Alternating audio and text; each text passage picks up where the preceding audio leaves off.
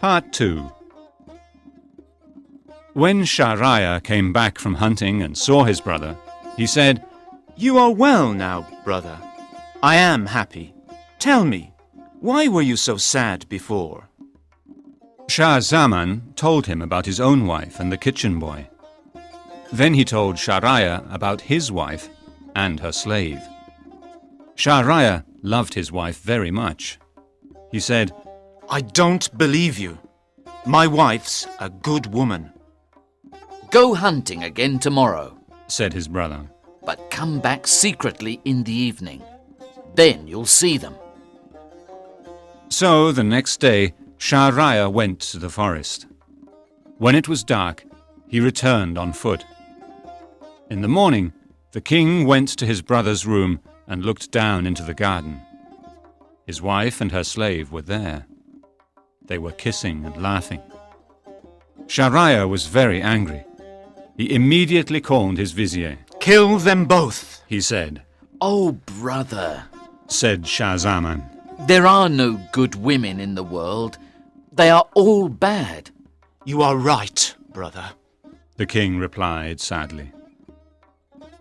Soon after this, Shah Zaman went back to Samarkand. One night, a month or two later, Shahryar said to his vizier, "I want a new wife. Go and find one for me." The vizier found a girl. He took her to the king's bedroom, and Shahryar married her. In the morning, he said to his vizier, "Now kill her." The next night, he told his vizier to find him another girl. The vizier found one, and Shahryar married her. In the morning, he told his vizier to kill her. Every night, the king married a different girl, and in the morning, his vizier killed her. The people in the kingdom became very angry with the king. They didn't like losing their daughters. One day, Scheherazade, the vizier's daughter, said, "Father, I'd like to marry the king. I want to try to help our people." She was a very intelligent girl. She read and studied a lot and knew many things. But when her father heard this, he was angry. "You silly girl. The king will spend one night with you, and then, in the morning, I'll have to kill you." "I want to help our people, Father." Shahrazad said. "I have a plan. Please, take me to the king." The vizier was sad, but he took her to the king. Later that night, when the king and Shahrazad were in bed, she started crying. "Why are you crying?" asked the king.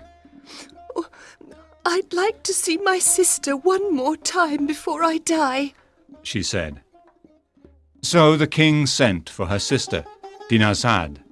When she arrived, she went and sat next to Shahrazad and said, "Sister, tell me a story, please.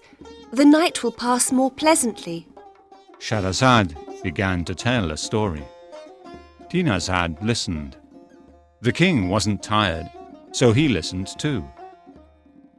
She told one story and started another one.